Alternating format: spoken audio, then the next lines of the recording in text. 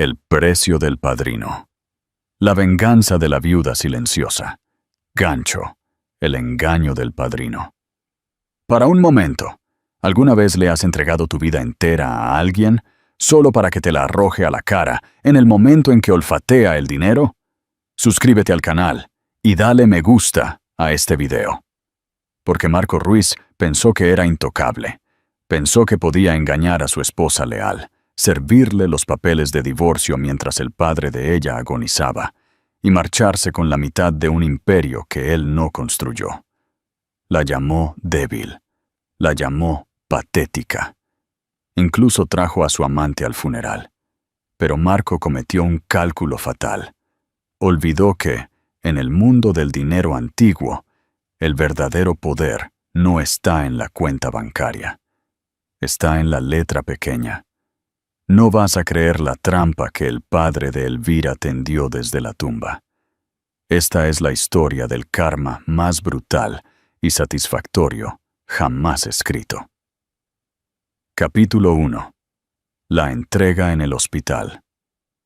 La lluvia en Bilbao. No era solo lluvia, era una cortina implacable y gris que parecía borrar el color de todo lo que tocaba. Para Elvira Soler de Ruiz, se sentía como si el cielo estuviera reflejando la lenta y agonizante desintegración de su mundo. Estaba parada en el aséptico pasillo del Hospital Universitario de Cruces, presionando su frente contra el frío cristal de la ventana.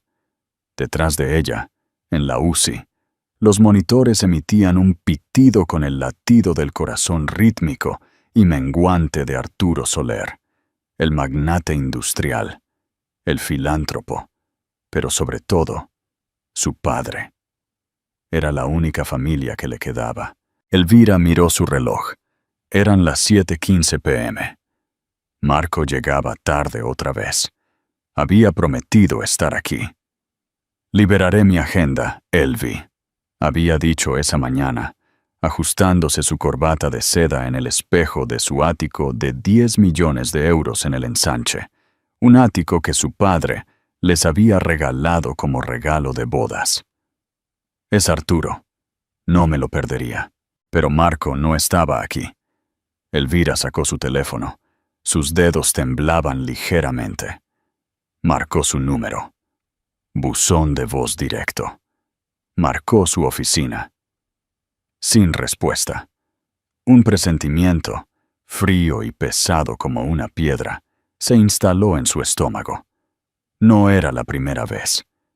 Últimamente, Marco, el hombre que ella había apoyado cuando era un estudiante de derecho arruinado, el hombre al que había presentado a todas las conexiones importantes en la ciudad, había estado distante.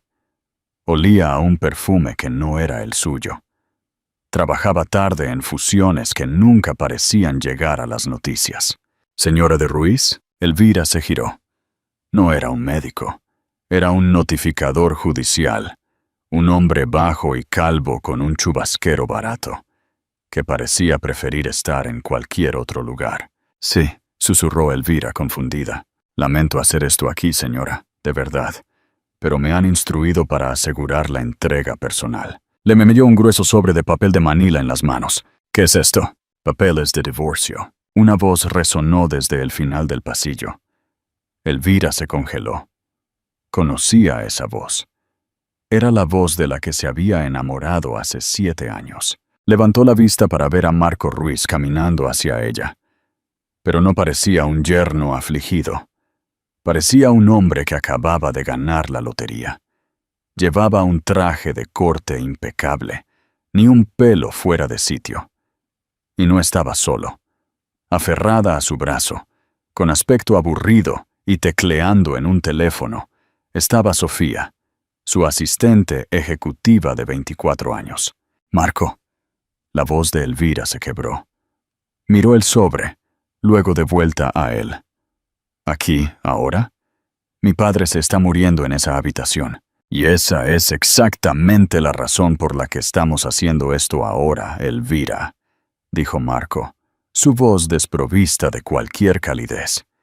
Se detuvo a 1 metro de ella, sin siquiera mirar la puerta de la UCI. Necesitamos acelerar la separación de bienes antes de que el patrimonio complique las cosas. Elvira sintió que el aire abandonaba sus pulmones. ¿Estás haciendo esto por dinero?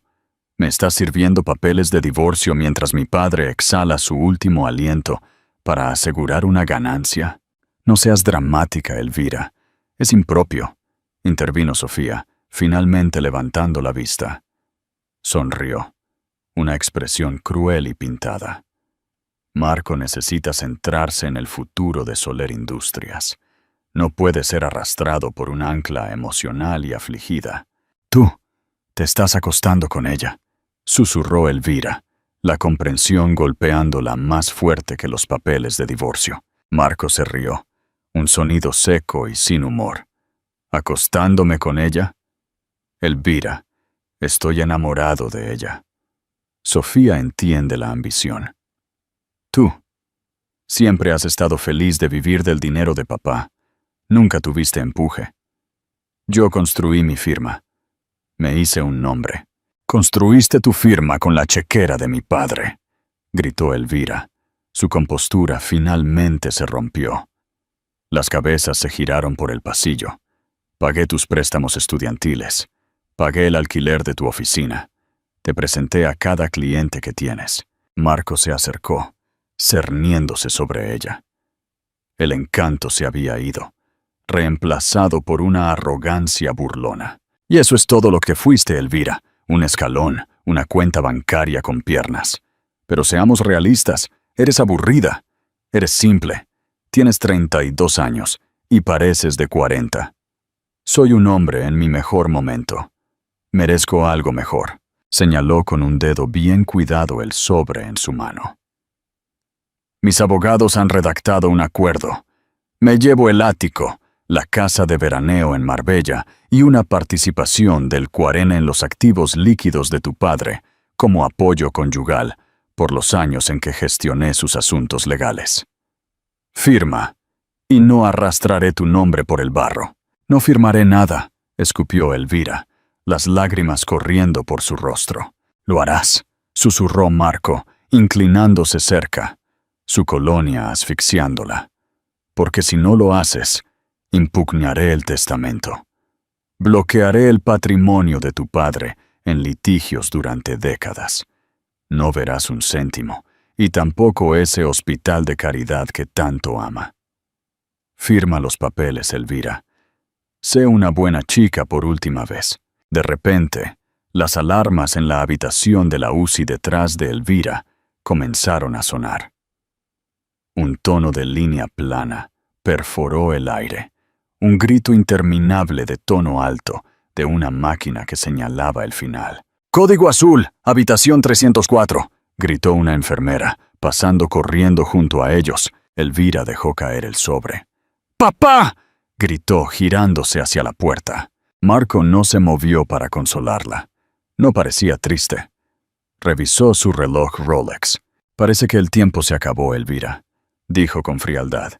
«Mis abogados te llamarán por la mañana». «Vamos, Sofía. Tenemos una cena reservada en un restaurante de estrella Michelin». Mientras los médicos se apresuraban a tratar de salvar al hombre, que había sido una figura paterna para Marco durante 7 años, Marco Ruiz le dio la espalda y se marchó. Con el brazo alrededor de su amante, dejando a su esposa sola en el pasillo para ver morir a su padre. Capítulo 2. El funeral de la desvergüenza.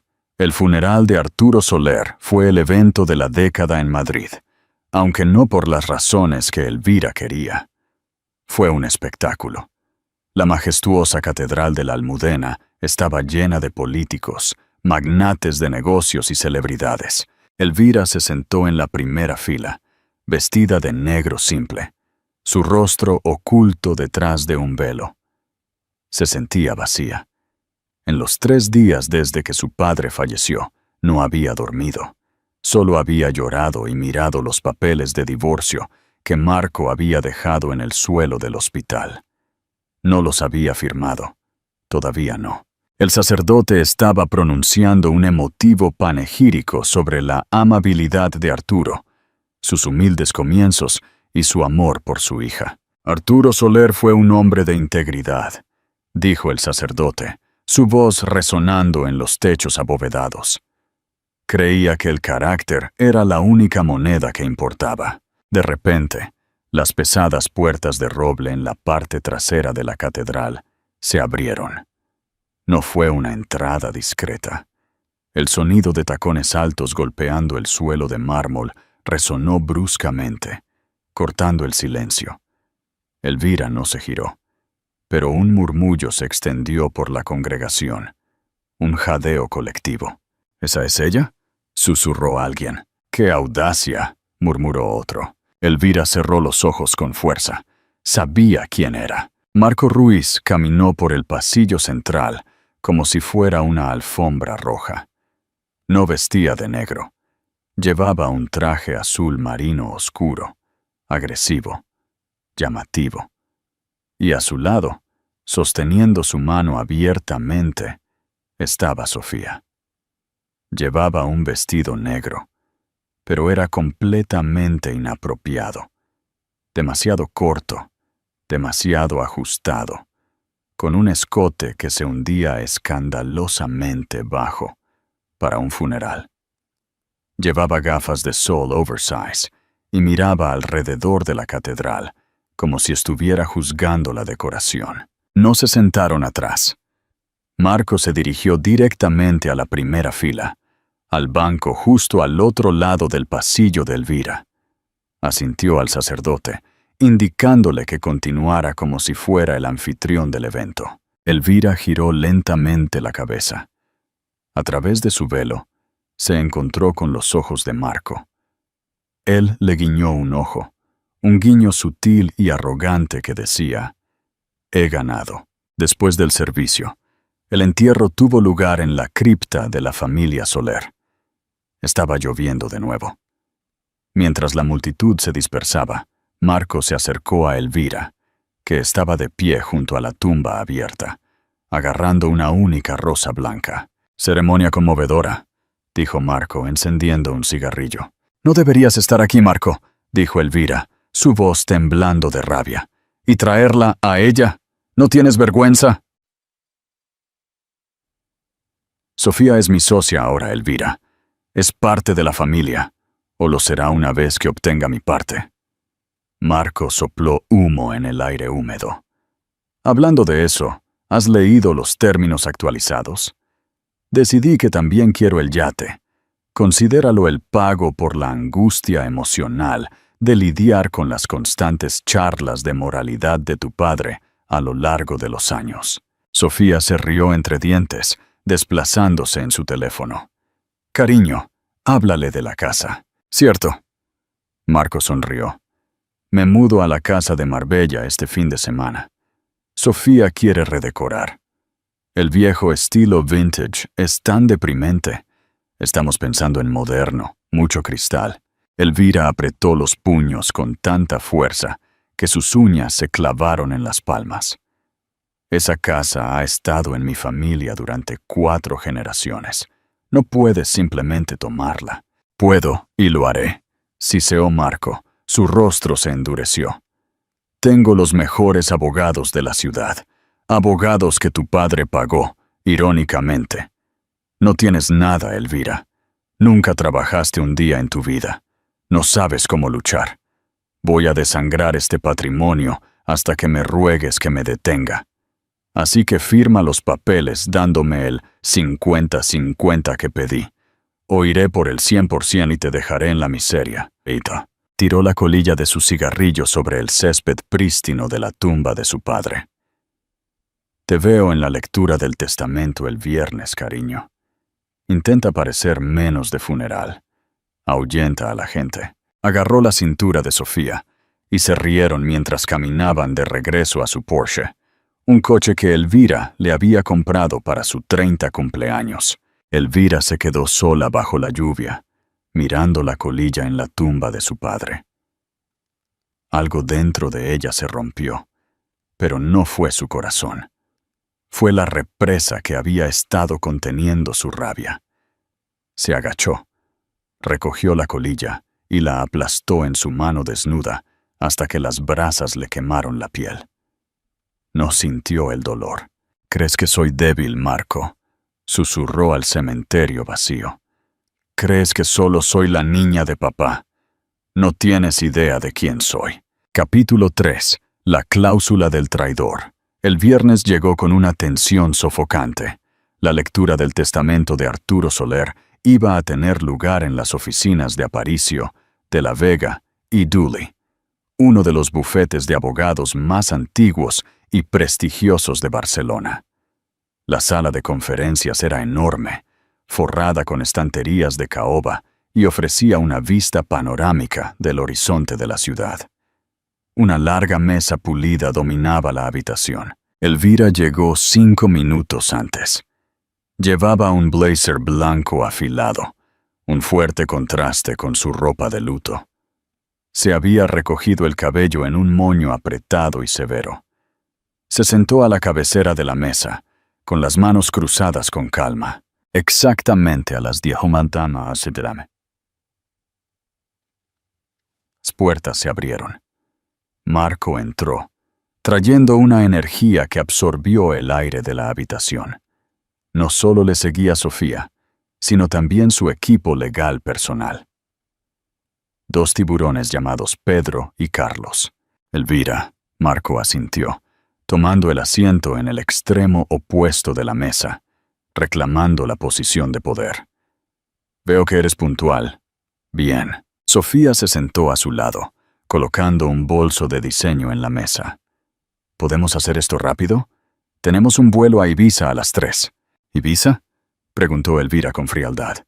«Viaje de celebración». Marco sonrió. «Nuevos comienzos». La puerta se abrió de nuevo, y entró don Ignacio Aparicio. Ignacio tenía 70 años, un hombre de pocas palabras e inmenso poder. Había sido el mejor amigo y abogado de Arturo Soler durante 40 años. Caminaba con un bastón, pero sus ojos eran afilados como pedernal. Se sentó en el centro, entre Elvira y Marco. Colocó una gruesa carpeta de cuero sobre la mesa. Miró a Elvira con una sonrisa suave y triste. Luego dirigió su mirada a Marco. Su expresión se endureció como el granito. «Señor Ruiz», dijo Ignacio, su voz áspera pero clara. «Tenía entendido que usted y Elvira estaban en medio de un proceso de divorcio». «Lo estamos», dijo Marco, recostándose y poniendo los pies en el travesaño de la silla. «Pero como el divorcio no está finalizado, sigo siendo legalmente su marido y tengo derecho a estar presente. Además, como antiguo consultor legal de Arturo, espero que se me hayan dejado ciertos legados directamente». «¿Y la joven?». Ignacio miró a Sofía por encima de sus gafas. «Mi apoyo emocional», se burló Marco. «Simplemente lea el maldito testamento, Ignacio. Lleguemos a los números. Sé que el viejo valía al menos 4.000 millones. Veamos cómo se corta el pastel». Ignacio se ajustó las gafas. Abrió la carpeta. La habitación se quedó en un silencio sepulcral. Arturo Soler era un hombre de preparación, comenzó Ignacio. Actualizó su testamento 3 días antes de morir. Estaba lúcido, sano de mente y muy específico. Los ojos de Marco se abrieron ligeramente. 3 días antes estaba en coma. «Despertó», dijo Elvira, hablando por primera vez. Su voz era firme. «Durante 1 hora. Llamó a Ignacio y hablamos». Marco frunció el ceño, mirando entre Elvira y el abogado. Un atisbo de duda cruzó su rostro, pero lo sacudió. Lo que sea, no pudo haber cambiado mucho en 1 hora. Ignacio se aclaró la garganta. «Me saltaré las donaciones caritativas menores y procederé a los activos principales. La cartera inmobiliaria, la liquidez y el interés de control en Soler Industrias». Marco se inclinó hacia adelante. La codicia y la anticipación prácticamente goteando de él. Continúe. Primero, leyó Ignacio. A mi única hija Elvira le dejo mi colección personal de joyas, los álbumes de fotos familiares y la casita en el Pirineo catalán. Marco soltó una carcajada fuerte. La casita, esa choza en ruinas, y algunos álbumes de fotos. Miró a Elvira con falsa piedad. ¡Uy! Papá no confió en ti con los grandes billetes, ¿eh? Elvira no pestañeó. Simplemente miró a Marco. Continúa. Marco agitó la mano. Llega a la parte en la que el resto va al fideicomiso familiar, del cual soy fideicomisario, según la adenda de 2018. En realidad, dijo Ignacio, pasando una página lentamente, la adenda de 2018 fue revocada. Hay una nueva cláusula con respecto a la mayor parte del patrimonio. Sección 4. Párrafo A. La cláusula del traidor. La habitación se quedó fría. Sofía dejó de mascar chicle. ¿A qué? Preguntó Marco, su sonrisa flaqueando. La cláusula del traidor, repitió Ignacio. Arturo sabía de la aventura, Marco. Te hizo seguir durante 6 meses. Sabía de Sofía. Sabía del dinero que estabas desviando de la firma para pagar su apartamento. Lo sabía todo. Marco se puso de pie, golpeando la mesa con las manos. Eso es mentira. Esto es difamación. Te mandaré a este bufete hasta hundirlo. Siéntese, señor Ruiz, ordenó Ignacio, su voz resonando con un poder inesperado. No he terminado. Marco se sentó lentamente. Su rostro se puso rojo. Bien, léalo. No importa. Los bienes conyugales son bienes conyugales. Tengo derecho a la mitad de lo que Elvira obtenga. Esa es la parte interesante, dijo Ignacio, con un brillo de diversión en sus ojos. Verá, Arturo no le dejó los miles de millones a Elvira, no directamente. ¿Entonces a quién?, exigió Marco. ¿Quién se lleva el dinero? Ignacio miró a Marco, luego a Sofía, y finalmente posó su mirada en Elvira. A mi querida hija le dejo la propiedad de la Caja Soler, leyó Ignacio. ¿Una caja?, gritó Marco. 4.000 millones y le dejó una caja. Y, continuó Ignacio, alzando la voz, a mi yerno, Marco Ruiz, en reconocimiento a su ambición y deseo de controlar el imperio Soler, le dejo la propiedad única y la posición de CEO de Soler Industrias Logística Global. Silencio. Silencio completo. Entonces Marco comenzó a reír. Fue una risa maniática y triunfal. Saltó y abrazó a Sofía. ¿Qué hace? ¿Escuchaste eso?, señaló a Elvira. Me dejó la compañía. El viejo tonto lo hizo. Me respetó después de todo. Sabía que Elvira no podía manejarla. Miró a Ignacio, sonriendo de oreja a oreja. Acepto totalmente. Soy el CEO y dueño de Soler Logística. Póngalo por escrito. Quiero que se firme ahora. ¿Está seguro, señor Ruiz?, preguntó Ignacio, con el rostro indescifrable. ¿Desea aceptar la propiedad total de la división de logística independiente del resto del patrimonio? Absolutamente, se regodeó Marco. Esa división es el corazón de la empresa. Solo vale 2.000 millones. Elvira puede quedarse con sus álbumes de fotos y su caja. Gané. Finalmente gané. Elvira se puso de pie lentamente. Cogió su bolso. Miró a Marco, que estaba celebrando, ya abriendo una botella de champán que sus abogados habían traído con presunción. «Felicidades, Marco», dijo Elvira. «Obtuviste exactamente lo que querías. Obtuviste la compañía. No te amargues, cariño», se burló Marco, sirviendo una copa. «Puedes venir a trabajar para mí como secretaria si necesitas efectivo». Elvira se dirigió a Ignacio. «Estoy lista para irme, Ignacio. Creo que tenemos trabajo que hacer». «Ciertamente», dijo Ignacio, cerrando la carpeta. Mientras Elvira caminaba hacia la puerta, se detuvo y miró a Marco una última vez. «Disfruta de la compañía, Marco». Papá siempre dijo que debías tener cuidado con lo que deseas. Salió, dejando a Marco brindando por su victoria. No tenía idea de que la tinta en el papel que estaba a punto de firmar no era solo una transferencia de propiedad, era una sentencia de muerte. Capítulo 4. La bomba de deuda. El champán sabía a victoria. Marco se sentó en el lujoso sofá de terciopelo en el salón del ático.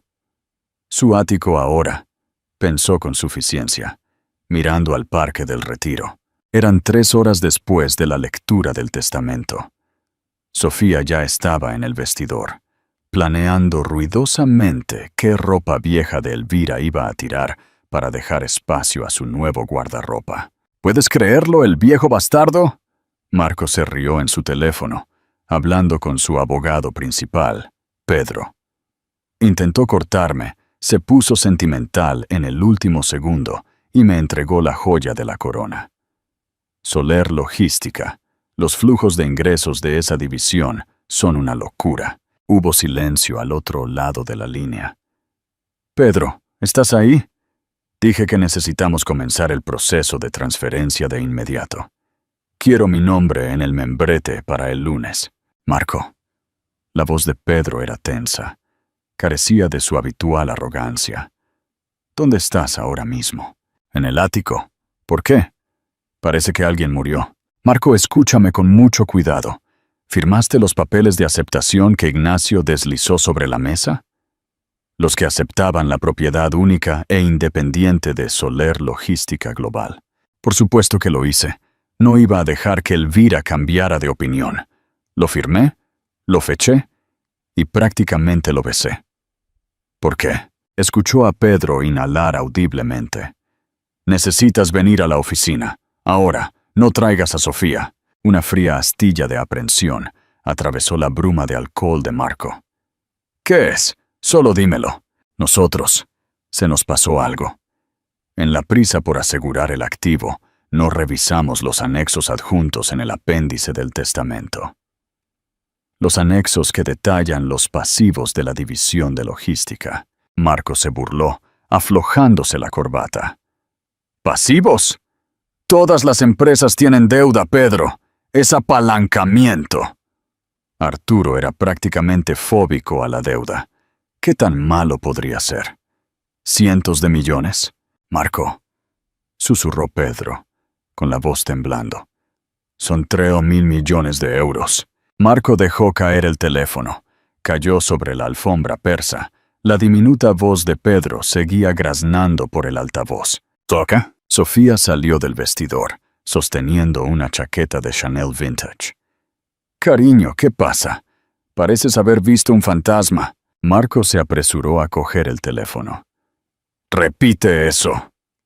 Se ahogó. 3.2 mil millones de euros en deuda garantizada, dijo Pedro, su voz temblando. Arturo apalancó toda la división de logística para financiar un proyecto de infraestructura masivo en Asia Oriental hace 2 años. El proyecto fracasó en silencio hace 6 meses. La construcción se detuvo. El gobierno está demandando por incumplimiento de contrato. Marco sintió que la habitación giraba. Pero, ¿por qué no lo sabía? Yo era su consultor legal. Te puenteó, explicó Pedro. Utilizó una firma externa para esos acuerdos. Marco, se pone peor. Los préstamos tenían una cláusula de cambio de control. ¿Qué significa eso? Gritó Marco. El sudor perlaba su frente. Significa que tras la muerte de Arturo Soler, si la propiedad se transfería a cualquiera fuera del fideicomiso de sangre inmediato, o a ti directamente, la cantidad total se vuelve inmediatamente vencida y pagadera.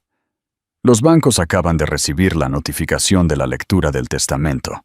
Están reclamando los préstamos. Marco, hoy. Entonces págales. Usa las cuentas de la empresa. No hay efectivo en las cuentas de la empresa, Marco. Arturo vació la liquidez en los fideicomisos de caridad justo antes de morir. La división de logística es un cascarón vacío que lleva 3.000 millones de deuda tóxica.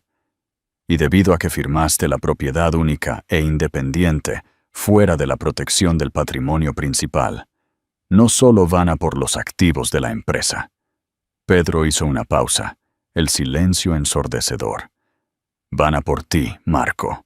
Garantizaste personalmente la deuda al aceptar el activo tal cual. Van a embargar todo. El ático, tus cuentas personales, tu coche, la casa de Marbella a la que acabas de mudarte. No eres un CEO, Marco. Eres el dueño del mayor cráter de bancarrota en la historia de Barcelona. Marco levantó la vista aturdido. Sofía lo estaba mirando. La chaqueta de Chanel colgaba en su mano. ¿Qué está diciendo, Marco? Su voz era afilada, acusatoria. ¿Qué quiere decir con embargar todo? Es un error, tartamudeó Marco, con el rostro gris. Ignacio me engañó. El viejo me engañó desde la tumba. Su teléfono comenzó a sonar incesantemente. Llamada entrante. Banco Santander. División de Gestión de Riesgos.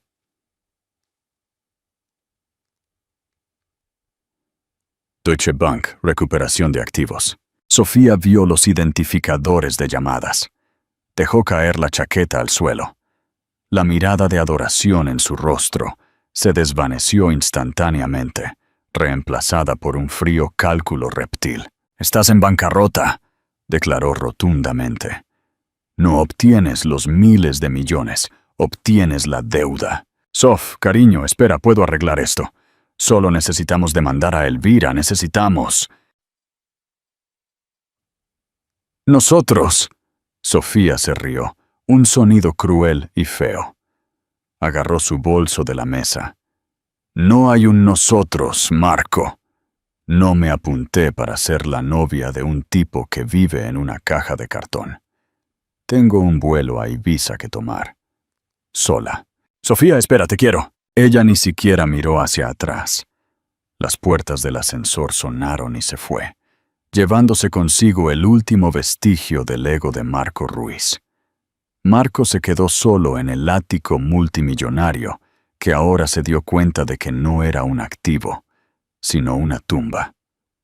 Caminó hacia la ventana, mirando la ciudad que lo había adorado hace solo unas horas. La trampa se había cerrado de golpe, y él había caminado directamente hacia ella con una sonrisa en su rostro. Capítulo 5.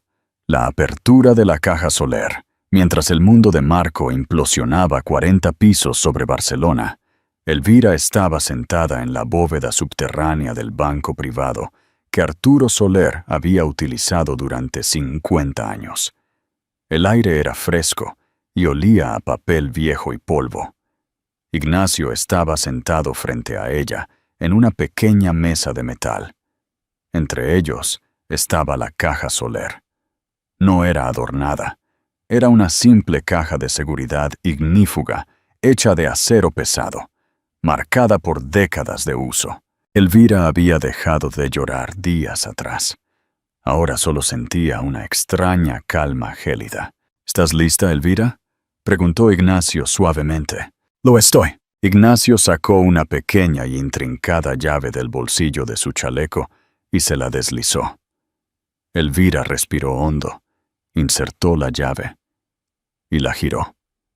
La pesada tapa hizo clic.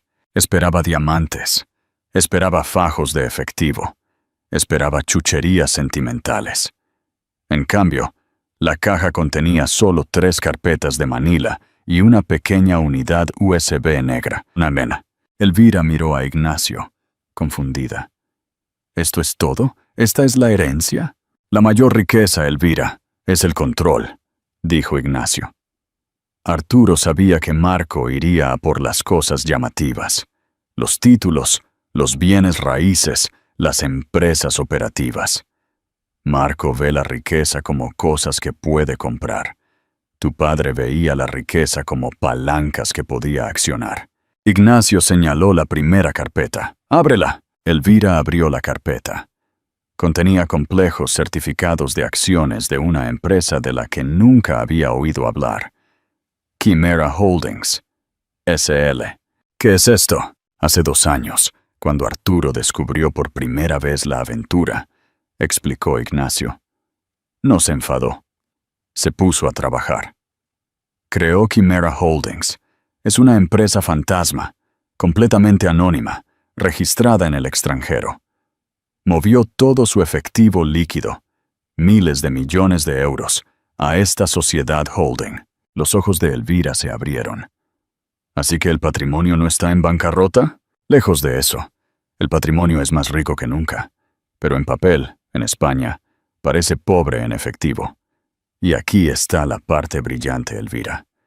Tú posees el 100% de Quimera Holdings. Elvira tocó los certificados. Miles de millones de euros escondidos a plena vista, en una caja oxidada. Ahora la segunda carpeta, indicó Ignacio. Una sonrisa sombría apareció en sus labios. Elvira la abrió.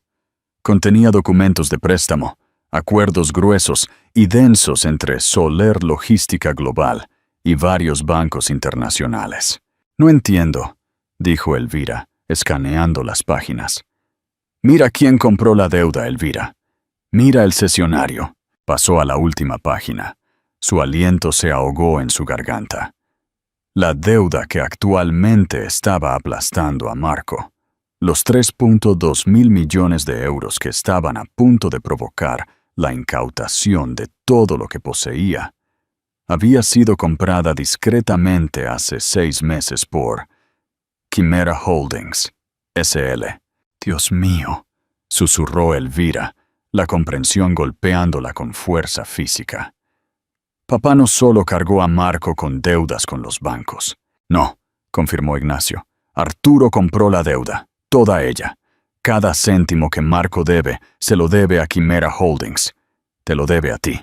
Elvira se recostó, aturdida por la magnitud de la trampa. Marco no solo estaba en bancarrota, sino que estaba en deuda con la esposa que había atormentado. Ella tenía la correa. ¿Y la tercera carpeta?, preguntó Elvira, su voz más firme ahora, una nueva fuerza surgiendo dentro de ella. Ignacio puso su mano sobre la tercera carpeta. Su expresión se volvió grave. Esta fue la póliza de seguro de Arturo, en caso de que la deuda no fuera suficiente para destruir a Marco. En caso de que Marco intentara luchar sucio. Elvira la abrió. No eran documentos financieros. Eran fotografías de vigilancia. Extractos bancarios de cuentas offshore en las Islas Caimán, con el nombre de Marco en ellas. Transcripciones de escuchas telefónicas. ¿Qué estoy mirando? Pruebas, dijo Ignacio. Pruebas de que durante los últimos 5 años, Marco ha estado malversando dinero de las fundaciones de caridad de tu padre para financiar su estilo de vida y su aventura con Sofía. Robó millones a huérfanos y hospitales, Elvira. Es fraude federal, evasión de impuestos y hurto mayor. Son 20 años en prisión federal, como mínimo. Elvira miró las fotos. Marco y Sofía en yates, riendo, gastando dinero robado mientras su padre estaba enfermo. Miró la unidad USB. Las copias digitales, dijo Ignacio, listas para ser enviadas a la Fiscalía General a tu orden. Elvira cerró la caja. El ruido metálico de la tapa de acero resonó en la pequeña bóveda. No era la misma mujer que había estado llorando bajo la lluvia fuera del hospital. Esa mujer se había ido, enterrada junto con su padre. Se puso de pie, recogiendo la pesada caja de acero. Se sintió bien en sus manos. Se sintió como un arma. Ignacio, dijo Elvira, su voz fría como el hielo y afilada como una cuchilla. Marco dijo que quería el divorcio. Quería acelerar la separación de bienes. Sí, fue bastante insistente. Elvira sonrió, pero no llegó a sus ojos. Bien, vamos a darle exactamente lo que pidió. Llama a sus abogados.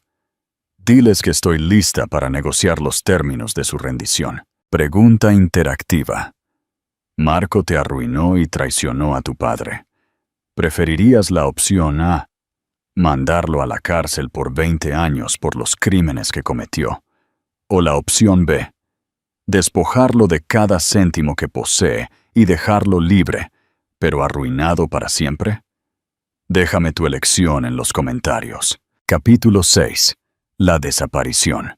Para el lunes por la mañana, el desmantelamiento de la vida de Marco Ruiz se movía con la aterradora eficiencia de una bola de demolición. Comenzó a las 7 QTM en el Hotel Ercila. Marco había intentado hacer el checkout, pero su tarjeta American Express Platinum, la que usaba para comprar relojes que costaban más que los coches de la mayoría de la gente, fue rechazada. Luego su visa. Luego su tarjeta de débito. «Lo siento, señor», dijo el empleado, mirándolo con sospecha. «El sistema dice que la tarjeta ha sido reportada como robada o la cuenta congelada para todas ellas». Marco tuvo que dejar su reloj Omega como garantía solo para salir del hotel. Tomó un taxi, pagando con el efectivo arrugado que encontró en el bolsillo de su chaqueta, y se dirigió al único lugar que pensó que seguía siendo su santuario, la Torre Soler. Se paró en el vestíbulo del monolito de cristal y acero. Marchó hacia el ascensor privado, el reservado para la alta dirección. «Señor Ruiz», una mano pesada aterrizó en su hombro. Marco se dio la vuelta, listo para arremeter.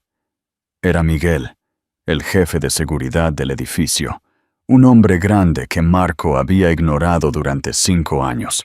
«Quita tus manos de mí, Miguel», gruñó Marco, quitándoselo de encima. «Voy a mi oficina». «No puedo permitirle eso, señor», dijo Miguel, con la voz inexpresiva e inquebrantable. «Su placa ha sido desactivada». «¿Desactivada?». Marco se rió, un sonido histérico que atrajo la atención de la multitud de la hora pico. «Soy el dueño de esta empresa. Tengo los papeles. Soy el CEO de Soler Logística». «En realidad», dijo Miguel, mirando un portapapeles con exasperante lentitud. «Soler Logística se encuentra actualmente en administración judicial debido a un incumplimiento inmediato de préstamos garantizados, y la acreedora ha designado un administrador interino. El edificio está bloqueado para todos los ex ejecutivos». «¿Ex?». Marco sintió que la sangre se le escurría del rostro. «No soy ex. Exijo hablar con el administrador». «¿Quién es? ¿Es el banco? Puedo hablar con ellos». Miguel tocó su auricular, escuchando una voz. Miró a Marco con una expresión extraña, algo entre la lástima y la profunda satisfacción. «La acreedora está arriba ahora mismo, en la suite ejecutiva. Dice que está dispuesta a concederle una audiencia de 5 minutos». «¿Ella?». Marco se enderezó la corbata, un atisbo de esperanza ilusoria encendiéndose en su pecho. Una mujer. Podía trabajar con una mujer. Activaría el magnetismo Ruiz. «Envíame arriba», dijo Marco, alisándose el cabello grasiento. «Y tráeme un café, solo». Miguel no se movió para traer café. Simplemente deslizó su tarjeta de acceso maestro. «Piso superior». «Buena suerte, señor Ruiz. La va a necesitar». El viaje en ascensor al piso 40 se sintió como un ascenso a la horca. Cuando las puertas se abrieron, Marco salió, listo para comenzar su discurso, pero las palabras murieron en su garganta. La suite ejecutiva se había transformado. El arte moderno y sombrío que Marco había instalado se había ido. En su lugar, colgaban los retratos clásicos originales que Arturo Soler había amado. Elvira se sentó detrás del enorme escritorio de roble. Llevaba un vestido azul marino a medida que gritaba poder. No estaba encorvada. No estaba llorando. Estaba recostada en la silla de cuero, su silla, leyendo un archivo, sosteniendo una pluma estilográfica como si fuera una daga. Ignacio estaba de pie junto a la ventana, silencioso como un centinela. «Elvira, ¿qué estás haciendo aquí?», Sal de esa silla. Tengo una reunión con la representante de Quimera Holdings. Elvira no levantó la vista de inmediato. Pasó una página, hizo una nota lenta y deliberada, y luego, finalmente, levantó la mirada. Eran glaciales. «Hola, Marco», dijo con calma. «Toma asiento». «No tengo tiempo para tus juegos, Elvira», gritó Marco. Su paciencia se deshilachaba. «Necesito reunirme con la gente que compró la deuda». Te estás reuniendo con la gente que compró la deuda», interrumpió Elvira, su voz cortando su fanfarronería como una cuchilla de afeitar. Marco se congeló a mitad de paso. Miró a Ignacio, luego de vuelta a Elvira. Soltó una risa nerviosa e incrédula. «¿Qué, tú? No seas ridícula. Heredaste una caja de fotos y una casita». «Heredé Quimera Holdings», lo corrigió Elvira, dejando su pluma. «Soy dueña de la deuda, Marco. Los 3.2 mil millones de euros. Soy el banco. Soy la acreedora. Y tú estás en incumplimiento». Marco tropezó hacia atrás. Colapsó en la silla de invitado. El aire salió de él. «¿Tú hiciste esto? ¿Tú compraste los préstamos?» «Papá hizo esto», dijo Elvira. «Te conocía, Marco. Sabía que tu codicia era tu punto ciego. Sabía que tomarías la compañía sin revisar los libros. Firmaste los papeles. Aceptaste la deuda personalmente, lo que significa que ya no solo soy dueña de la compañía. Soy dueña de ti. Bien, ganas. Recupera la compañía. La firmaré ahora mismo. Solo perdona la garantía personal y déjame ir. Me iré de Barcelona. Empezaré de nuevo». «No es tan simple», dijo Elvira, cerrando el archivo. «Verás, recuperar la compañía cubre la deuda, pero no cubre el crimen». «¿Crimen?», Marco tragó con dificultad. «¿Qué crimen?». Elvira cogió la pequeña unidad USB negra del escritorio y la sostuvo. «Ignacio y yo hemos estado muy ocupados este fin de semana», dijo. «Hicimos una auditoría forense de la Fundación de Caridad Soler, específicamente el Fondo del Orfanato y la Beca de Investigación del Cáncer». Tiró la unidad USB sobre el escritorio. Se deslizó por la madera pulida y se detuvo justo enfrente de Marco. «Te llevaste 4 millones de euros durante 3 años, Marco. Lo disfrazaste como honorarios de consultoría y lo canalizaste a cuentas offshore en las Islas Caimán para pagar tus deudas de juego y tu amante. Eso fue contabilidad creativa. Tenía derecho a honorarios. Es un área gris. El CNI lo llama fraude, evasión fiscal y hurto mayor». Ignacio habló desde la ventana. «Tenemos las transferencias bancarias, tenemos los correos electrónicos y tenemos el testimonio del testigo». «¿Testigo?», susurró Marco. Elvira se inclinó hacia adelante, apoyando los codos en el escritorio. «Llamamos a Sofía ayer. Le dijimos que, como tu asistente ejecutiva, se enfrentaba a cargos como accesoria de fraude. 10 años de prisión». Los ojos de Marco se abrieron de par en par. «Sofía, ella no lo haría. Me ama». Elvira soltó una risa corta y sin humor. «Cantó como un jilguero, Marco. Nos dio todo para salvar su propio pellejo.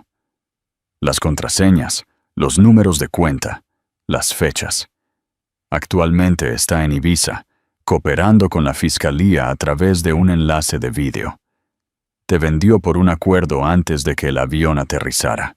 La traición golpeó a Marco más fuerte que la bancarrota. La mujer por la que había destruido su matrimonio se había vuelto contra él en un abrir y cerrar de ojos. Estaba verdaderamente solo. «Así que aquí está tu realidad, Marco», dijo Elvira. Su voz bajó a un susurro aterrador. «Opción A. Levanto este teléfono y llamo a la fiscalía. Entrego este disco. Vas a prisión federal por 20 años. Pierdes tu licencia para ejercer la abogacía. Te conviertes en el recluso número 872. Marco estaba temblando ahora. Lágrimas reales se formaban en sus ojos. Lágrimas de autocompasión. Elvira, por favor. Yo era tu marido. Tuvimos una vida. ¿Eso no significa nada? Tú destruiste esa vida, dijo ella, su voz temblando con una repentina oleada de rabia reprimida. Te burlaste de mí mientras mi padre agonizaba. Trajiste a tu amante a su funeral. Me llamaste débil. Me llamaste patética. No te atrevas a apelar a mi misericordia. Respiró hondo, volviéndose a componer en la reina de hielo. Opción B, continuó. Firmas una confesión completa. Cedes cada activo que te queda al patrimonio.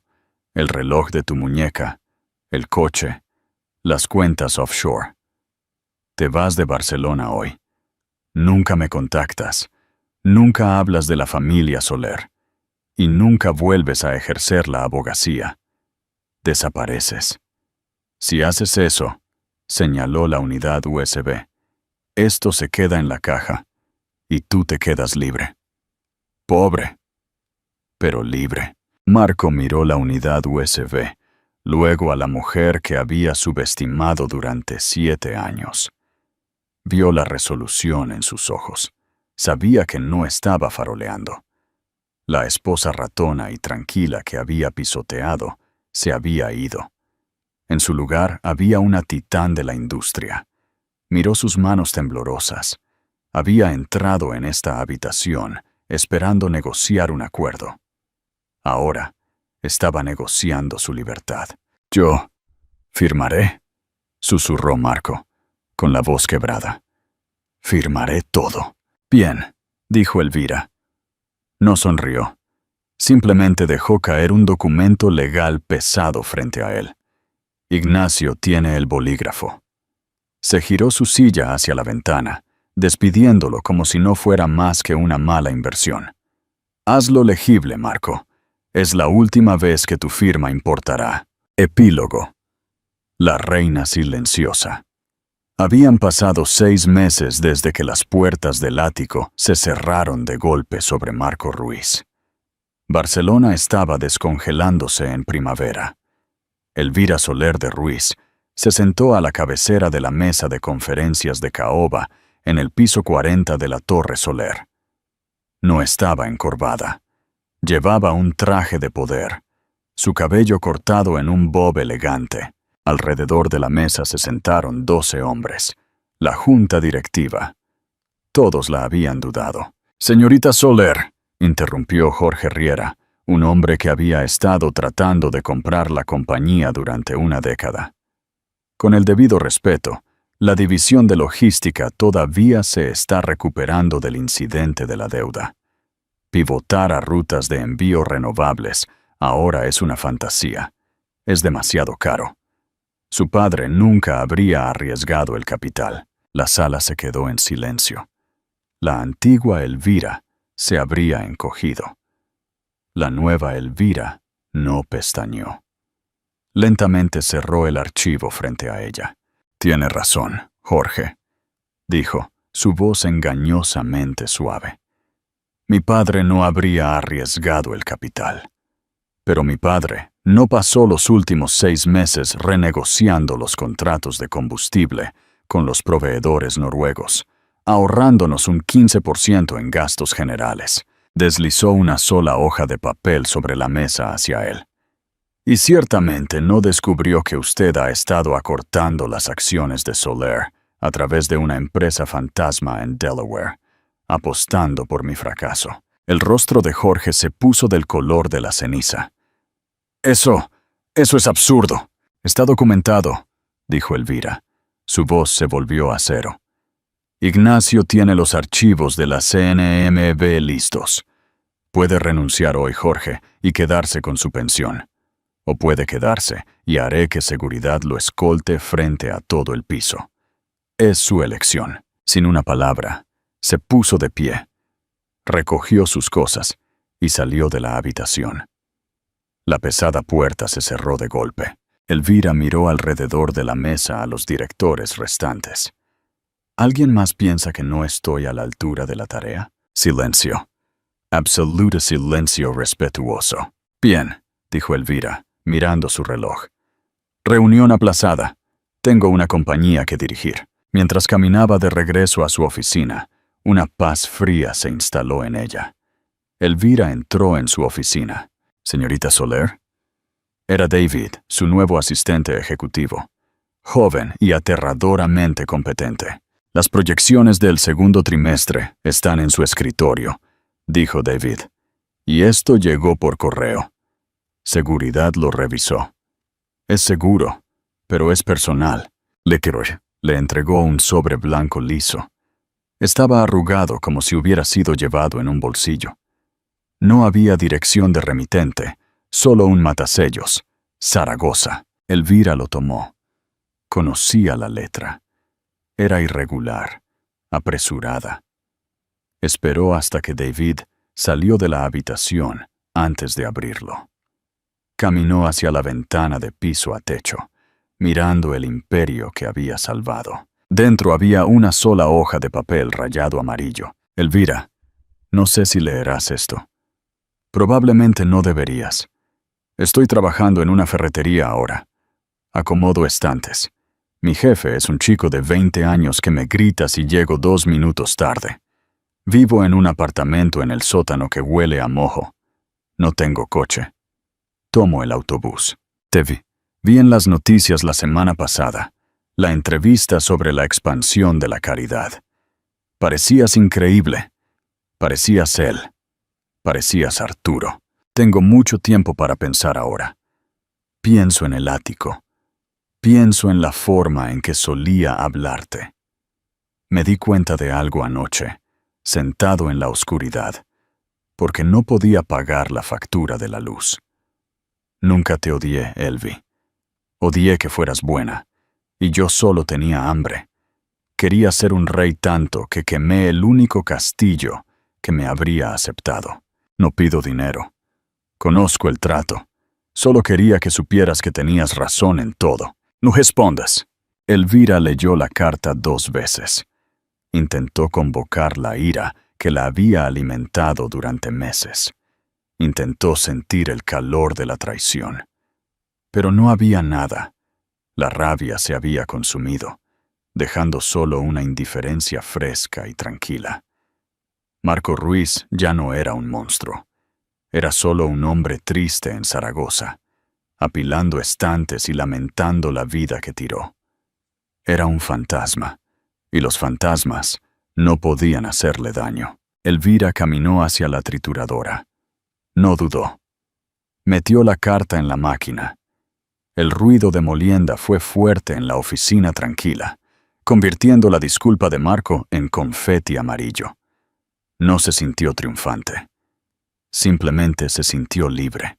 Había un golpe en la puerta. Ignacio asomó la cabeza. «El coche está listo, Elvira», dijo suavemente. «¿Estás lista para irte?»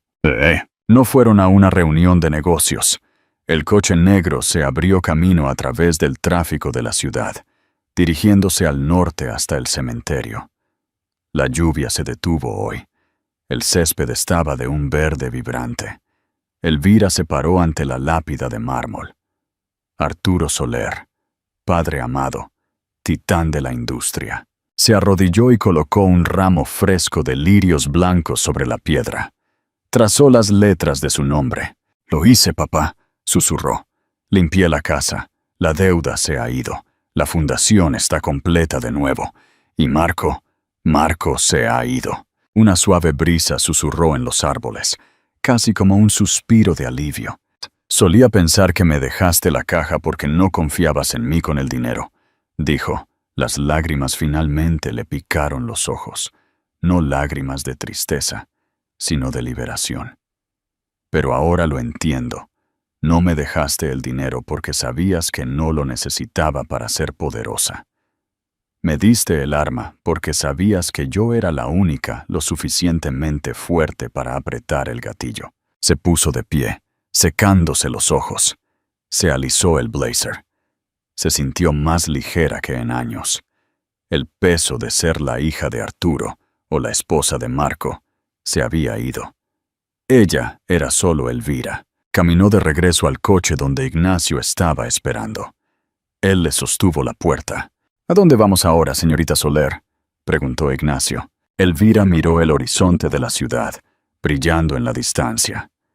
Los rascacielos parecían dientes afilados, pero ya no tenía miedo de ser mordida. Ella era la que tenía los dientes ahora. Llévame a la oficina, Ignacio. Ella sonrió, una sonrisa genuina y peligrosa. Tenemos una adquisición que finalizar. Creo que es hora de que Soler Industrias vuelva a expandirse. Ignacio se rió entre dientes, un sonido seco y orgulloso. Tu padre te tendría terror, querida. Bien, dijo Elvira, deslizándose en el coche.